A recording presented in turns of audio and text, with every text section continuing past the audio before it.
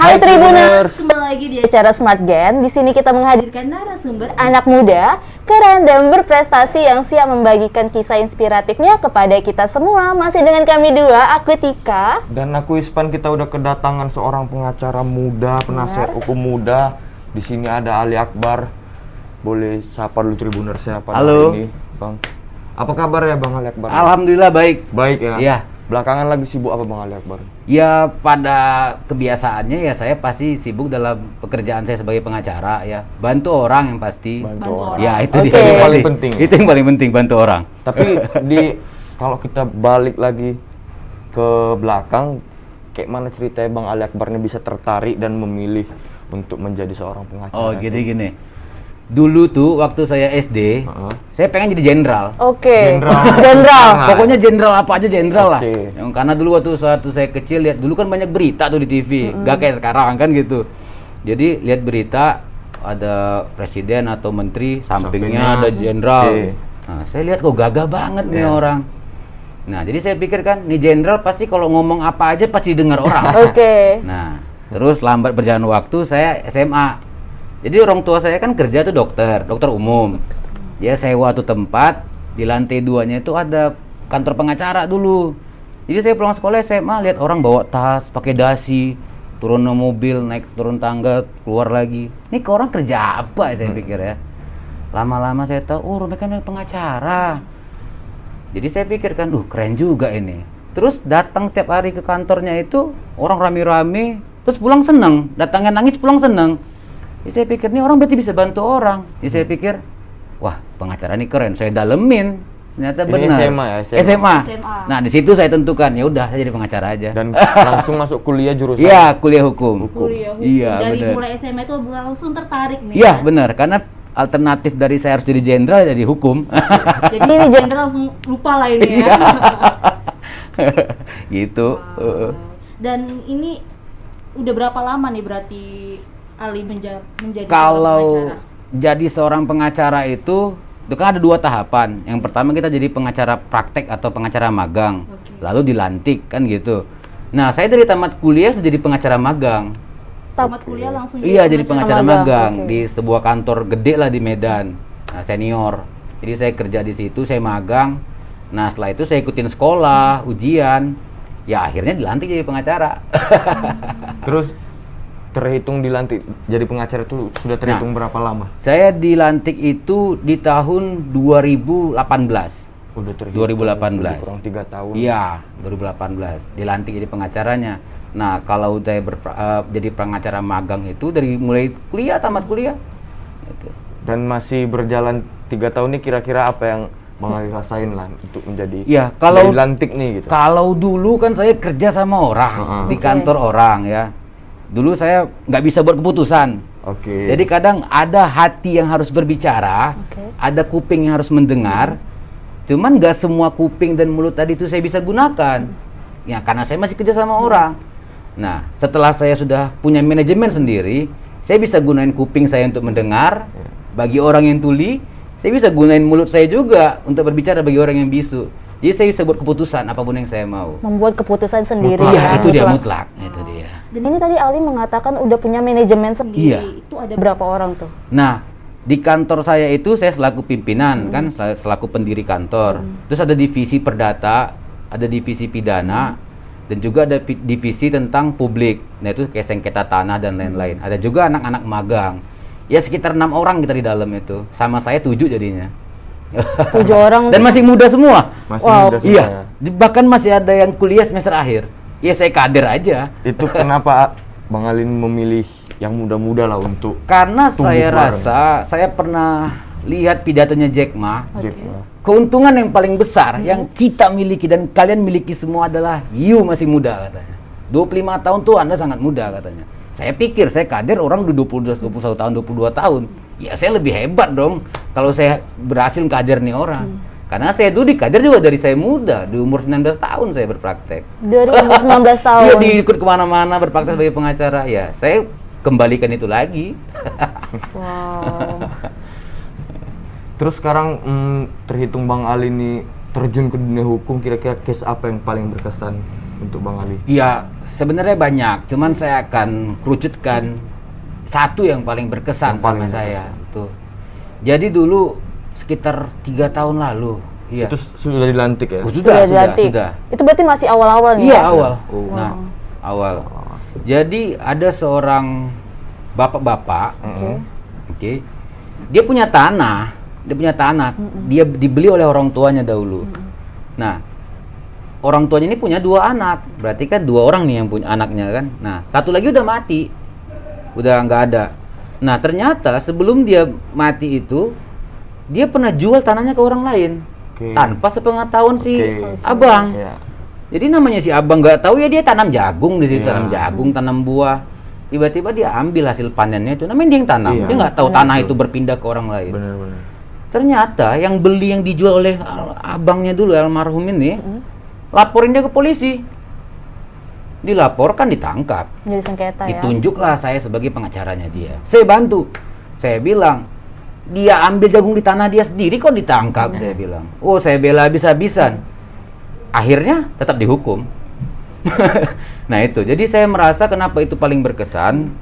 Di saat saya bisa membela orang yang betul-betul nggak bersalah. Dia tanam jagung. Dia nggak tahu. Iya, dia nggak tahu. Di tanah ayahnya, dia tanam jagung, dia petik untuk makan keluarga dia harus ditahan.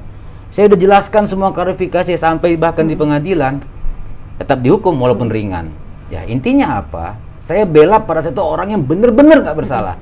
Lain cerita kalau emang dia punya kesalahan, saya bantu. Ini bener-bener nggak bersalah. Jadi menurut saya itu pengalaman awal yang paling saya ingat sampai saat ini. Sampai saat ini. Itu kapan tuh Bang? Itu sekitar di tahun 2017 atau 18 itu. 2017 atau Iya, 18 gitu, ya. kira-kira. Wow, ini kan berbicara mengenai kasus. Kalau mengenai pengacara pasti berbicara mengenai kasus nih ya Iya. Bang ya. Nah, ini gimana nih cara Bang Ali untuk memilih kasus mana nih yang cocok untuk aku tangani gitu? Nah, pada dasarnya yang pasti keadaan pertama yang saya lihat tertindas. Tertindas. Itu satu. Oke. Karena kan tertindas itu luas. Orang kaya juga bisa tertindas. Apalagi orang susah. Nah, jadi yang paling poin pertama itu tertindas. Nah, ketika saya lihat tertindasnya itu sudah melengkapi 80%, nggak sampai 100% aja, saya udah pasti berani bantu dia. Nah, itu. Nah, selebihnya paling pertimbangan-pertimbangan lain. Ya paling etika. Nah, kadang kan juga ada orang dia bermasalah, dia tidak paham tentang etika. Nah, jadi kita lihat poin tadi tertindasnya. Kalau udah sampai 80% aja, saya udah pasti bantu dia. Itu salah satu contohnya 80% itu seperti apa nih? Nah gini, dia datang, bener-bener dia udah nggak punya kekuatan, Oke. tapi dia punya hak. Nah hukum ini kan soal hak dan kewajiban. Siapa yang punya hak, dia harus penuhi kewajiban. Siapa yang penuhi kewajiban, dia pasti peroleh hak. Dia punya hak, dia harusnya punya kewajiban juga. Tapi dia nggak bisa gunakan haknya itu karena sesuatu. Nah itu udah poin derajat paling tinggi dalam kategori tertindas, baik itu kaya ataupun miskin. Nah itu dia. Itu dua sisi yang kita pandang Dia selalu. tidak bisa mendapatkan hak yang seharusnya. Iya, nggak bisa memperoleh hak dia yang seharusnya dia miliki. Yang seharusnya dia. Iya, benar. Terus tapi kan kebetulan kan belakangan ini suka nonton film kan. Iya. Kan ada nih misalnya kriminal terus ada korban misalnya. Iya. Si kriminal ini kan butuh pengacara juga kan. Iya. Itu gimana seorang pengacara yang dalam tanda kutip membela orang yang salah tadi itu? Jadi gimana, gini. Bang Ali? Jadi gini, pengacara atau penasihat hukum itu, nah, tidak melihat kedua sisi itu. Nah, intinya setiap orang yang namanya orang Oke. dan warga negara yang namanya warga negara harus mempunyai perlindungan hukum yang sama, tidak ada perbedaan. Sama. Nah, Oke. kalau kita lihat kaji dalam segi agama, atau Tuhan saja memaafkan.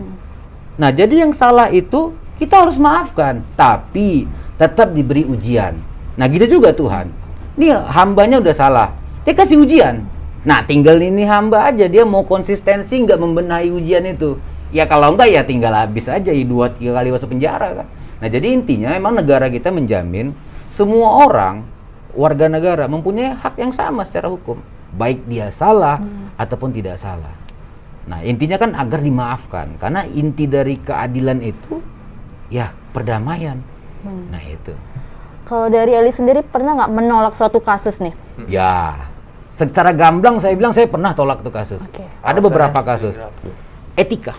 Etika. Iya. Etika dari seorang klien gitu. Klien, calon klien tadi. Kenapa etika yang bermasalah? Ya, saya berani katakan ke publik, dia datang kantor saya, dia bawa uang, Oke. terus dia minta mau yang dia mau, tapi dia nggak hargai kita punya prinsip.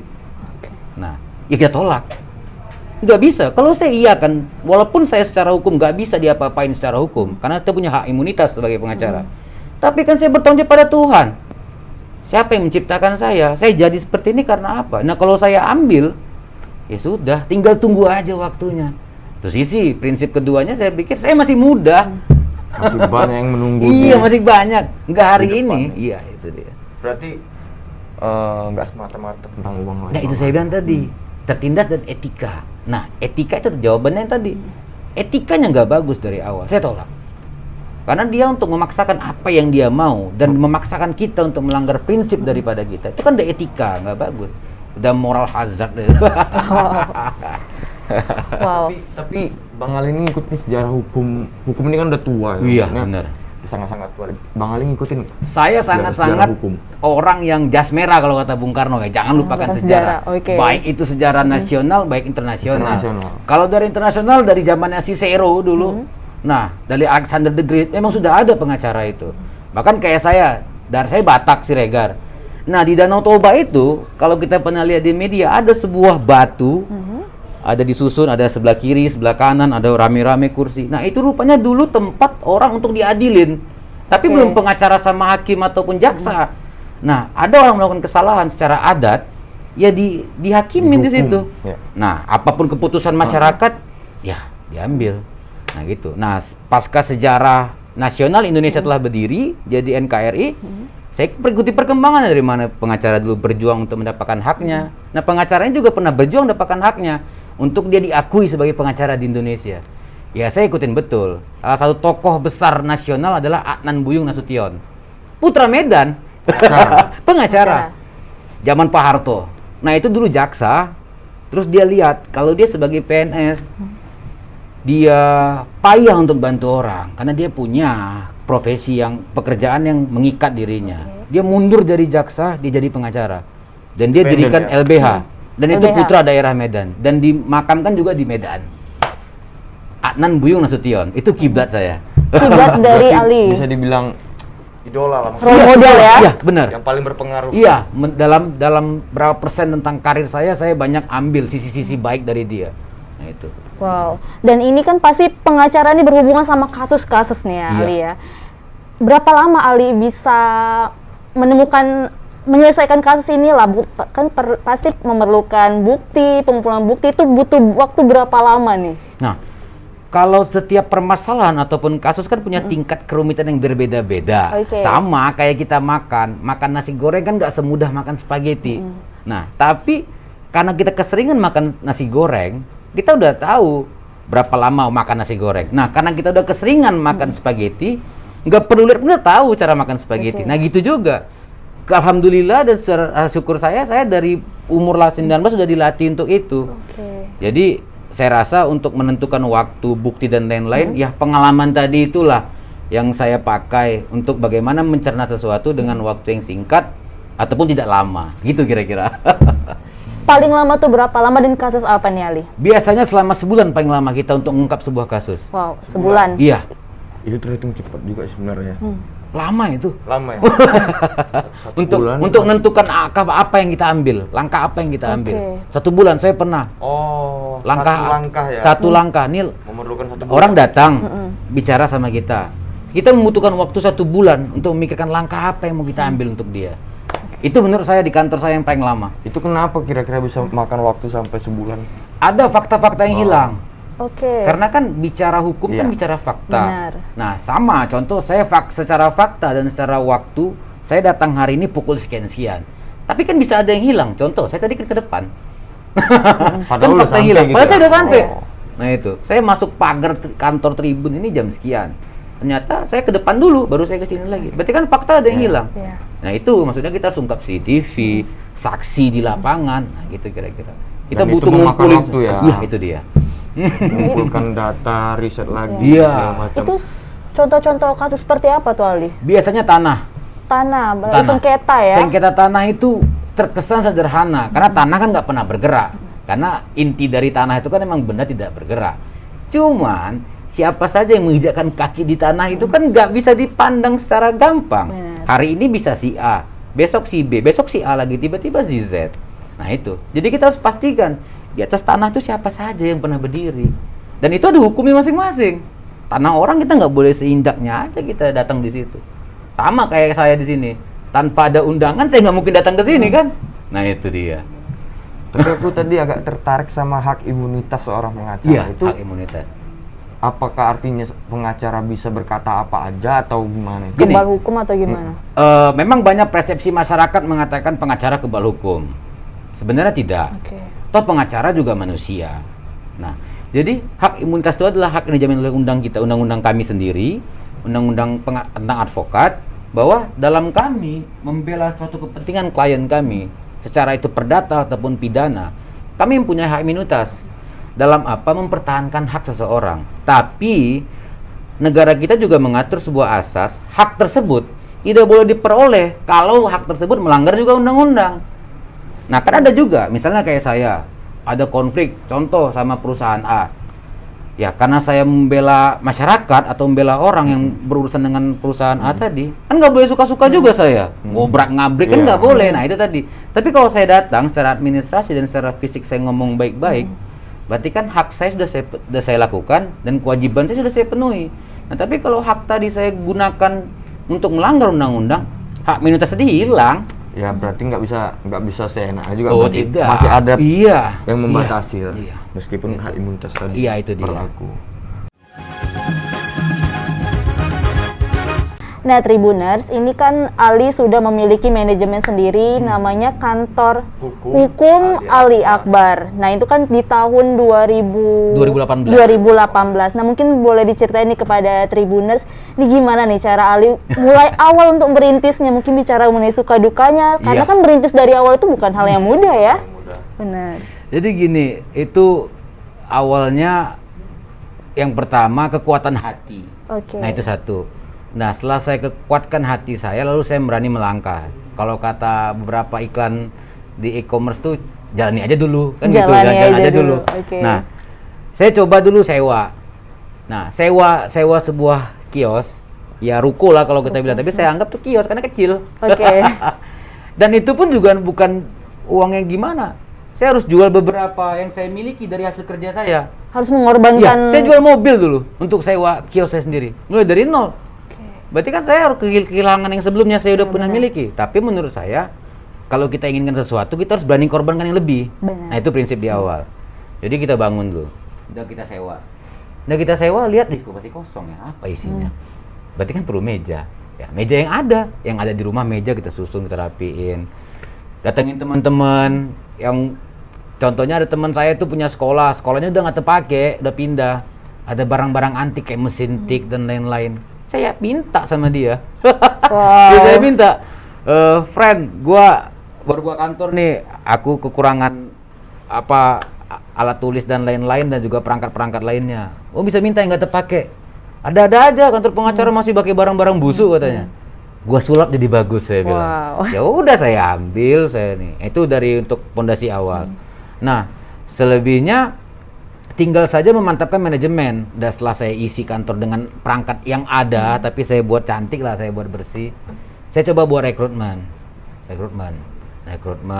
Saya banyak seminar-seminar, terus saya mulai dikenal orang, oh, Bang pengacara ya ini. Ya orang mulai tertarik. Tanpa saya buat rekrutmen, ternyata orang ngelamar di kantor saya. Dulu saya mulai start dengan satu orang saja. Saya sebagai pendiri, pemilik, satu orang asisten yang bantu saya. Dulu kan mikir baru pertama buat kan nggak sanggup gaji orang. Iya. Ya mau makan apa nanti, tapi kita punya kekuatan hati. Oke. Ternyata orang udah datang lamar, ada yang mau magang, ada yang mau ini. Kalau saya tolak pada saat itu, saya takut entahnya ini pula jalan dia cari rezeki ke depannya. Udah saya serahkan pada Allah lah, saya terima. Ya paling enggak, ya hidup ini kan yang pertama itu paling penting bagaimana orang bisa beribadah, bisa makan. Ya dulu saya pikirkan pada dianya si pelamar ini. Terakhir berjalan, bener. Tuhan tuh maha baik, dia kasih rezeki. Kasus saya bertambah terus. Nah, bertambah terus dalam arti apa? Bisa kami selesaikan bersama-sama. Nah, jadi setelah saya sediakan perangkat, saya sediakan kantor, baru mulai manajemen orang. Ternyata banyak perjalanan lagi, banyak undangan, banyak ini segala macam. Ya, manajemen bertambah terus. Jadi bertambah kasus, bertambahlah orang di kantor. Itu kesimpulannya. Dan hingga saat ini ada 6 tim dan Iya. 7 sama Ali 7 yang sama saya sendiri. turut membangun manajemen Iya. ini ya. Tapi kenapa orang yang berprofesi pengacara itu terbilang sedikit? Kalau bisa aku bilang orang selingkungan lah, atau yang kenal teman-teman itu kayak berapa banyak sih pengacara, kayak nggak ada kalau aku ya. Itu kenapa? Kira-kira apa yang Iya, gak ada itu artinya apa maksudnya? dikit Oh gitu.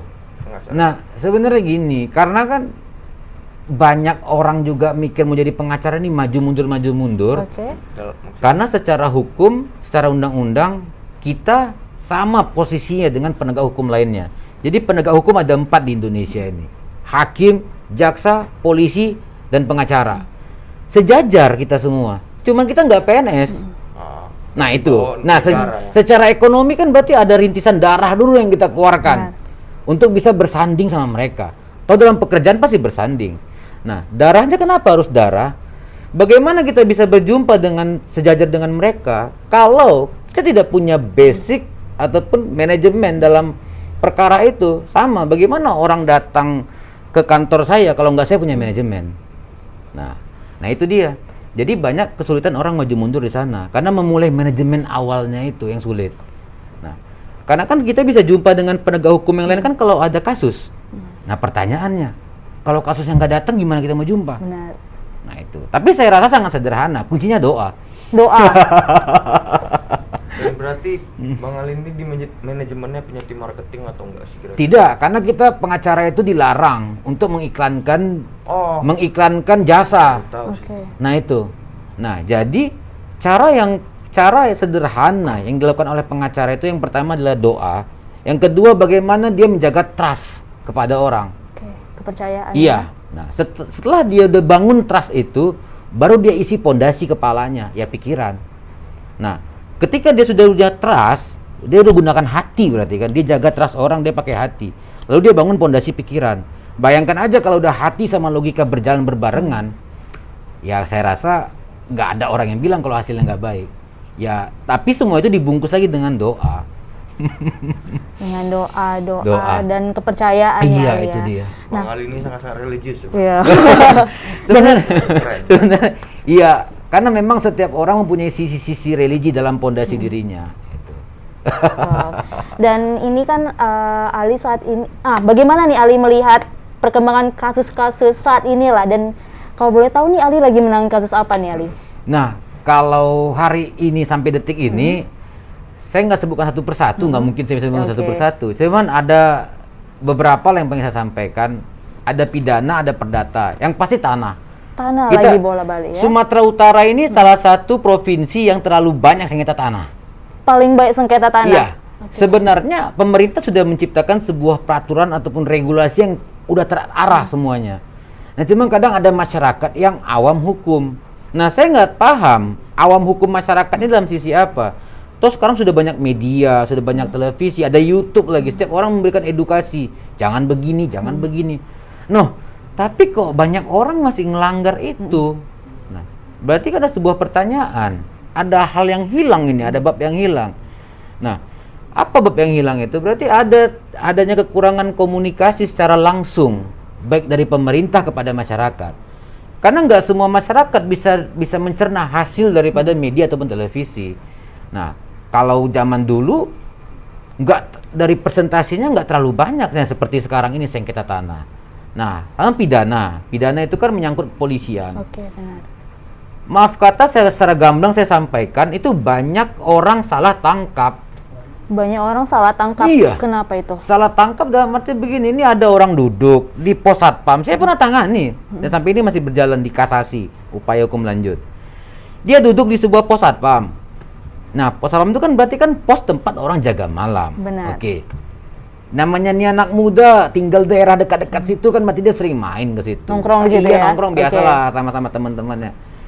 Dia lagi gunting kuku. Gunting kuku pakai sebuah pisau kecil. Kalau kita bilang cekris itu. Oke. Dia matanya kayak angka 2 gitu kan. Gunting kuku lah dia, karena mungkin dengan dengan keterbatasan nggak ada gunting kuku dia pakai itu. Maaf kata aparat penegak hukum lewat di situ.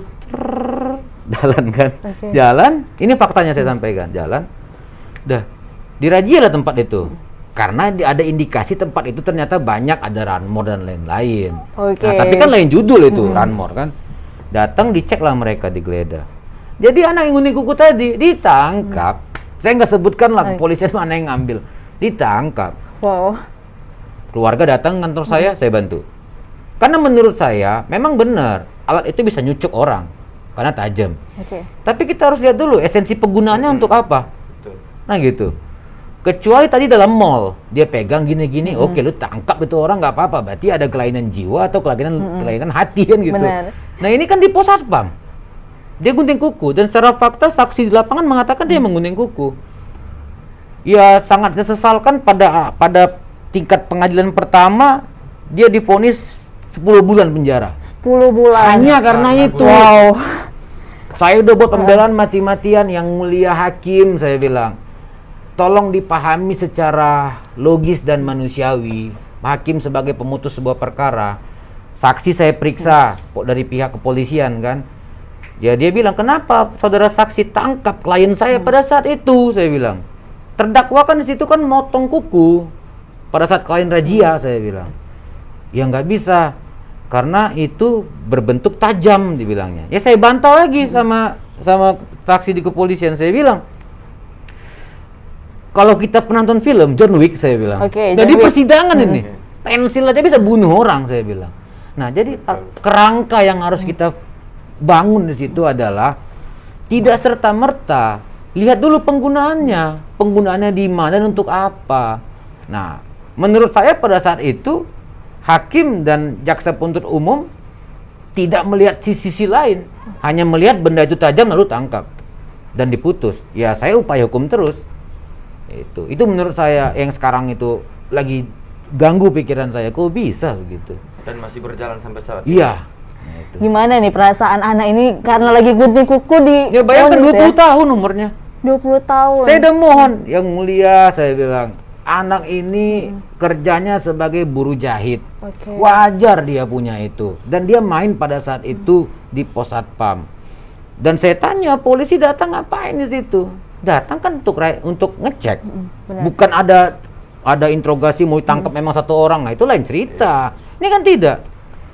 Ya, ternyata hakim berpandangan lain di tingkat pertama. Ya, kita upaya hukum lanjut sampai saat ini. Sampai saat ini. Iya, karena kan ada hak yang harus saya perjuangkan di situ. Gitu.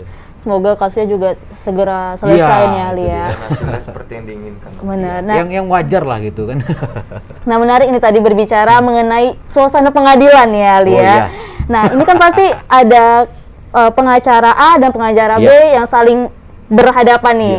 Ini pernah nggak Ali menemukan suasana-suasana unik seperti si A ini melawan fakta nih, nah seperti itu.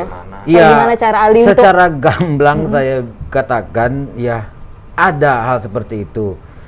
Ya, ada juga orang tidak berpatokan pada fakta, tapi bicara data. bicara data? Nah, kalau saya berpikiran, mungkin karena ini memang ajaran dari guru-guru saya, data itu nggak akan dibuat tanpa ada fakta. Oke. Nah, faktanya siapa yang membuat tuh data? Kan bicara fakta, nggak mungkin data lahir tiba-tiba gitu aja. Nah itu, kalau data kan bisa kita buat kapan aja. Nah, kalau fakta, ketika fakta itu didukung oleh kesaksian seseorang, nah cukup kuat. saksi itu kan disumpah di pengadilan dengan ragam agama masing-masing. Ya kalau dia berbohong ya memang urusan dia kepada Tuhan. Tapi secara hukum dapat dipertanggungjawabkan karena telah disumpah. Dan hukumnya ada kalau memang dia memberikan kesaksian yang palsu. Ada hukumnya juga bakal dipidana, dipenjara tuh orang. Nah, kesimpulannya apa? Fakta harusnya. Karena memang pada dasarnya pengadilan tingkat pertama di pengadilan negeri itu fakta hukum yang harus dibangun. Nah, cuman kadang saya nggak berbicara mendiskreditkan seseorang ataupun teman-teman. Ada orang itu melihat data dulu. Ya kalau saya berpatokan pada fakta. Faktanya siapa yang buat tuh data? Nggak mungkin data lahir dulu tanpa fakta. Fakta dulu baru data. Iya, karena bisa dikombin itu antara fakta dan data. Nah, itu. Tapi Bang Ali ini kan sekarang pengacara. Iya. kira-kira jenjang karir pengacara itu ada nggak kira-kira si pengacara naik lagi jadi apa? Jadi Nah, apa? Kalau pengacara itu kan dia punya spesialisasi tambahan. Kalau dia mau, misalnya pengacara bisnis, oke, pengacara perburuhan. Berarti lebih kerucut lagi gitu. Iya, dia misalnya pengacara yang mau fokusnya ke sana. Nah, itu ada. Nah, misalnya kayak di Medan juga udah banyak pengacara yang fokus ngambil pengacara pajak. Dia fokus aja ngerjain pajak. Masalah itu. Iya, pajak, pokoknya urusan perusahaan, pajak dan lain-lain dia handle tuh. Ada pengacara perusahaan, dia fokusnya kepada perusahaan terus. Ada yang buruh-buruh aja. Nah, itu. Kalau jenjang karir seorang pengacara ini kembali kepada dasarnya, karena asasnya itu pengacara adalah officium nobile, profesi yang mulia. Jadi karirnya dia ditentukan oleh dirinya sendiri. Apa hasil dan awal dari semua itu? Ya dia bangun kepercayaan. Nah, ketika orang sudah percaya sama dia jaga trustnya orang, kan pasti banyak orang memohon bantuan pada dia. Disitulah karirnya. Semakin banyak orang percaya sama dia, itulah karir dia. Dan spesialisasi mana nih yang paling diminati? Kalau saya pribadi, saya perdata. Perdata. Iya, sengketa. Kalau Sengketa. tanah-tanah itu. Iya, tanah, Kalau tentang perizinan, perikatan, kira-kira? iya, perizinan. Nah, itu saya tertariknya di situ dari dulu. Aduh, ya. Dari awal saya udah bentuk manajemen, saya tertariknya di sana. Kenapa? Kira-kira alasannya? Karena tadi di saat bicara perdata, lebih banyak fakta yang hilang dibanding kasus pidana. Pidana kan jelas, kalau orang bunuh ada pisau. Perdata bicara tanda tangan. Iya. Kita tanda tangan siapa kan kita nggak belum tentu. Banyak berhubungan Nah, dengan kertas juga. Iya, kalau perdata. atas nama A, tanda tangannya begini. Ternyata negara kita kalau kita mau buat ke bank aja, tanda tangannya harus sesuai dengan KTP. Nah, pertanyaannya kapan tuh berubah tanda tangan? Jadi, kenapa saya lebih tertarik ke sana? Dia lebih memberikan challenge kepada saya untuk hampir 24 jam saya tengok itu berkas. Nah, itu. Tapi Bang Ali ini kan terbilang masih muda nih. Iya. Terus kegiatan di luar pengacara kira-kira apa sih? Hampir 95% saya habis di kantor saya, pengacara. 95%. Iya. Dan 5% Untuk aktivitas untuk ya. tidur gitu, untuk istirahat 5%. Mau menjalankan hobi gimana nih? Hobi saya olahraga. Hobi olahraga apa tuh Ali? Ya yang sederhana lah, paling badminton. Tapi masih menyempatkan diri ya. Iya, menyempatkan diri karena kan kesehatan rohani dan jasmani itu perlu kita jaga agar kita nyaman sih. Apalagi menghadapi kasus-kasus yang buat Iya, rumit kepala benar, ya. benar. Nah, ini kan berbicara mengenai pengacara yang membackup klien ya, Ali. Pasti akan menghadapi yang namanya kalah ataupun menang nih ya, dua ini. Nah, kalau Ali sendiri pernah nggak sih merasakan kekalahan dan gimana cara Ali untuk bisa bangkit lagi nih? Iya, perlu saya sampaikan juga, dia nggak hanya dua, nggak kalah dan menang saja. Oke. Tapi ada tiga. Apa ya satu lagi tuh? Yang pertama itu kalah, Kalah. menang dan ancaman. Ancaman. Nah ini, Wow. ini, Itu gimana? Kayak mana? iya ancaman. Nah, saya bahas dulu antara menang kalah tadi Oke, itu ya. siap. Nah, tujuan pengacara ada di negara atau di sebuah negara tidak untuk memenangkan kasus, Oke. tapi untuk mengungkapkan fakta. Siapa yang paling berhak yang bertanggung jawab atas kesalahan atau siapa yang paling berhak untuk menikmati sebuah keuntungan? Kan dua itu. Nah, jadi kalah menang itu sebenarnya tidak menjadi patokan, tapi bonus. Nah, itu tadi saya bilang dari awal, kita bicara prinsip. Sama tadi pertanyaan mengenai saya tolak tuh kasus. Ya. Ya, dia maunya dia menang. Berarti kan dia udah ukur prinsip saya. Sementara sebelum saya dilantik, saya disumpah. Demi Allah, bismillahirrahmanirrahim. Demi Allah saya bersumpah. Berjanji untuk tidak memberikan sesuatu dalam bentuk apapun dalam perkara yang akan dijalankan dan sudah dijalankan. Kalau itu saya langgar, saya udah nggak bisa dipercaya lagi sama orang. Oh, Tuhan saya langgar. Apalagi sama orang. Nah, jadi saya kalau orang datang secara etik, dia mau ganggu tuh prinsip saya, ya saya tolak. Nah, jadi kalau menang dan kalah tadi itu, saya berpatokan dia harus menang ataupun dia jangan sampai kalah. Saya udah melanggar prinsip saya sebenarnya. Jadi saya gunakan ya benar-benar hak dia sesuai dengan fakta yang ada aja. Nah, tertarik mengenai ancaman tadi itu. Nah, ini yang paling menjadi polemik bagi kita. Ya, Mas dan Mbak kan pasti hidup tidak hanya sendiri kan, punya Benar. keluarga, Benar. punya adik, punya kakak, punya orang tua, punya sahabat-sahabat, punya keluarga yang lain. punya ancaman dalam diri kita, bisa kita hadapin. Tapi bagaimana kalau faktanya ternyata diancam tuh orang-orang lain? Nah, apalagi kayak saya masih muda. Saya kan di Medan itu tergolong paling muda. Maksudnya ya sangat-sangat muda dibanding senior-senior yang lain. Nah, ada beberapa kasus, contoh kita lawan perusahaan. Nah, perusahaan ini nggak senang dengan cara apa yang kita mau. Toh malah kita yang diancam. Baik secara fisik maupun secara hukum. Nah, itu faktanya. Dan saya rasa semua pengacara itu paham dan pasti pernah dapat ancaman. Pasti pernah mendapat. Baik yang senior ataupun yang masih muda. Salah satu yang pernah Ali dapatkan ancaman ini seperti apa tuh? Iya. Jadi waktu saya pertama kali merintis karir sebagai manajemen sendiri, saya kan udah dapat license nih, udah dapat Oke. kartu, udah dapat dilantik. Jadi kepolisian ataupun pihak dari dia kan laporkan klien saya ke kepolisian. Nah, kepolisian nggak percaya kalau saya pengacara. Nggak percaya? Karena usia masih muda. Jadi saya dapat surat yang tembusannya itu Dewan Pengawas organisasi pengacara saya. Kesimpulannya apa di situ kan? Berarti ada tidak kepercayaan. Menurut saya itu sebuah ancaman. Kenapa ancaman bagi saya? Karena ya prinsip saya bangun dalam sebuah kepercayaan, trust. Nah, tapi kalau misalnya mungkin itu tadi karena saya lihat terlalu masih muda, mereka jadi tidak percaya. Ya, jadi saya harus benahi. Jadi situ saya belajar. Caranya menghindari ancaman yang paling sederhana seperti tadi surat. Nah, jadi saya sikapin begitu saya berperkara, saya saya lampirkan tebel-tebel tuh semuanya, semua berkas tentang diri saya. Jadi udah nggak ada lagi berpikir yang lain-lain. Ya, memang ancaman itu kan bisa kita sampaikan sih, di suratin bisa kita sampaikan. Oh, saya pengacara kok, saya dilantik. Cuman kan saya kan repot, harus menghadap ke pengawas. Nah, itu satu. Nah, ancaman secara fisik ini yang paling penting, yang paling berbahaya.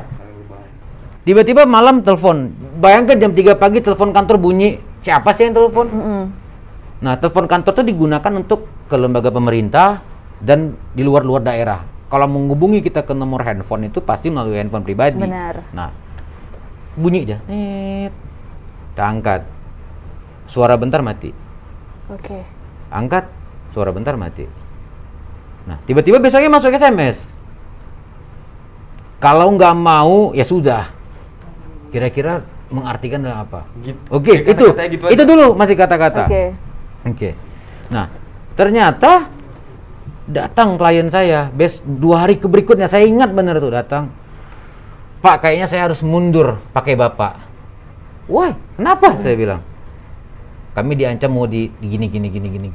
Ancaman. Saya nggak mau membuat duka kepada Bapak sebagai pengacara saya. Biarlah saya menanggung ini semua. Oh, nggak apa-apa, Pak, saya bilang. Saya bukan menanggung duka, tapi saya mau menanggung beban atas profesi saya, membantu Bapak untuk ungkapkan hak. Ya walaupun bedil hadapannya, ya itu udah profesi, saya bilang. Iya, karena memang zaman dulu aja hakim kita udah berapa kali dibunuh. Benar. Jaksa udah berapa kali dibunuh, apalagi pengacara. Nah, jadi tapi akhirnya Bapak itu karena gatah, karena ngelihat dia, dibilangnya sama saya ingat bener. Ali masih muda. Ali punya kehidupan ke depannya. Saya sudah tua. Biarlah saya jadi korban atas kebenaran saya sendiri.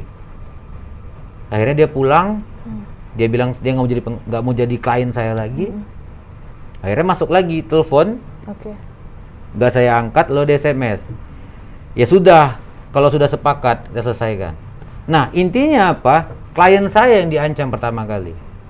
Mungkin ada bahasa ekstrim dari dia kepada klien saya. Cuman klien saya sudah mengkasih ilustrasi bahasa, Bapak jangan sampai gimana-gimana. Nah, yang ketiga lagi mistik, percaya nggak percaya. Mistik, wow. Ya, cuman saya berpatokan pada agama saya sendiri. Saya berdoa, ya Allah, kalaupun ada gangguan jin dan orang syirik pada saya, mohon lindungi saya. Berkailah setiap langkah saya. Banyak klien saya bilang, semoga, karena itu orang Batak nih, Siregar. Jadi manggil kadang Apara atau Lai. Kami harap Lai sehat-sehat. Karena gangguannya, Lai bisa kena, katanya. Wah, saya mau ketawa nggak mungkin, saya cibir nggak mungkin. Ya saya bilang, ya intinya kalau saya merasa di dalam kebenaran dan saudara saya bantu dalam kebenaran, ya sudahlah, biar waktu yang menjawab. Kalau emang salah pasti jangankan mistik, ular yang matok saya dari dulu. Saya bilang, kenapa ular? Karena sering di tanah kan, saya nggak tanah. Jadi ada beberapa hal memang ancaman itu yang membuat kita kadang pening. Nah itu. Tapi aku penasaran juga jenjang pendidikan menjadi pengacara ini kira-kira apa aja? Oh, gitu. Pertama kita harus Yang S1. pertama pasti Kuliah, kuliah sarjana kuliah hukum. hukum kan gitu. Oke. Nah, yang kedua itu ada tahapan namanya pendidikan profesi advokat. Oke. Khusus. Kuliah lagi? Enggak. Atau belajar lagi? Kalau sekarang udah buat peraturan baru itu katanya harus ada 12 SKS. Kalau saya nggak keliru. Udah dari Kemendikbud udah diteken lah. Kalau nggak salah saya begitu. Nanti kedepannya harus 12 SKS. Nah, kalau dulu kita tamat S1, kita pendidikan berapa bulan, setelah itu kita tunggu sampai ada jadwal ujian. Lalu kita ujian, ya kalau lulus seneng, kalau nggak lulus ya belajar lagi. Bisa ujian lagi? Coba Iya lagi bisa ujian, ya? tapi dengan waktu ditentukan 3 bulan Oke. atau sampai setahun gitu kan. Ya udah, setelah dia lulus S1, dia pendidikan khusus, lalu dia ujian, Lulus. tinggallah nunggu dilantik. Ya sudah. Nah kalau sekarang wacananya harus ada 12 SKS. Kalau saya nggak keliru, nah itu. Berarti itu butuh waktu berapa lama tuh? Ali? Ya saya rasa setahun lebih cukup. Setahun lebih Iya, untuk ambil tapi lihat profesinya. dari itulah apa namanya jenjangnya dia. Kalau dia cepat lulusnya ya cepet. Berarti harus melewati satu tahapan lagi lah Iya. setelah menjadi lulus Dua S1 deh, ya? pendidikan sama Ujian. ujian. Iya, Oh. karena ujian banyak yang sangkut di situ. Oh, oke. Wah. Bolehlah kasih tips dan trik nih ya kan? Ini mungkin kepada yang baru tamat S1 hukum atau Yang lagi mengambil tertarik lah ya. advokat Oh, yang gitu. tertarik untuk menjadi seorang pengacara seperti Ali nih. Oh. Pengacara muda nih ya Tribuners. Ya kalau saya sih fokus kepada yang calon pengacara aja ya kali Oke. ya. Nah, saya berbagi tips itu kepada teman-teman ataupun junior atau siapapun lah yang pengen jadi pengacara. Yang pertama itu kita jaga trust-nya kita. Oke. Itu satu. Udah kita pegang tuh trust kita dan kita akan yakin tidak akan menjolimin orang lain dalam segi kepercayaan. Lalu tarilah hatimu kepada orang yang susah. Kalau kita sudah taruh hati kita, diri kita untuk ya udah nih orang susah kita bantulah dulu. Oh soal lain belakangan dong, kita masih muda kok. Nah, setelah kita taruh hati kepada orang yang susah, kita kerjakan sepenuh hati dan alhamdulillah ternyata berhasil pula. Udah dapat 1 poin tuh. Dulu kita udah naik tangga setengah. Nah, jadi kesimpulannya kalau kita udah bantu orang susah dengan sepenuh hati aja dan hasilnya memuaskan, gimana lagi nanti kalau udah orang datang bayar dengan bayaran banyak? Kira-kira pasti dia bagaimana cara kerjanya itu? Ya bayangkan orang yang nggak bayar aja dia bantu sepenuh hati, bagaimana lagi kalau orang yang bayar dengan banyak dan tidak melanggar undang-undang pula? Ya pasti dia kerja dengan nikmat pasti kan. Jadi kesimpulannya jagalah hati, itu yang paling penting. Kesan saya, hati, iya, prinsip juga. iya. Jaga Bagi mau hati jadi sih. pengacara jagalah hati. Wow, nih hari ini kita dapat pengalaman pembelajaran yang banyak sekali nih ya Iswan ya tentang hukum nih yang kita nggak tahu dunia pengacara ini seperti apa yang harus menghadapi resiko-resiko nih Iya. ya luar biasa nih. Dan mungkin itu dulu lah untuk Smartgen kali ini. Semoga bisa ngobrol-ngobrol lagi lah Benar. Iya, di terima lain kasih. waktu. Terima kasih Iya. lah Bang Ali udah datang. Terima kasih, Tribun. Mas. Iya. Semoga bermanfaat lah untuk Tribuners. Tribuners. Iya. Apalagi calon pengacara ya. Ya udah untuk Smartgen kali ini itu aja. Jangan lupa saksikan Smartgen terus hari Minggu jam 5 sore. Ya udah aku Isman pamit undur diri. Aku Tika. Ada Bang Ali Akbar. Kami pamit. Assalamualaikum warahmatullahi wabarakatuh. Bye.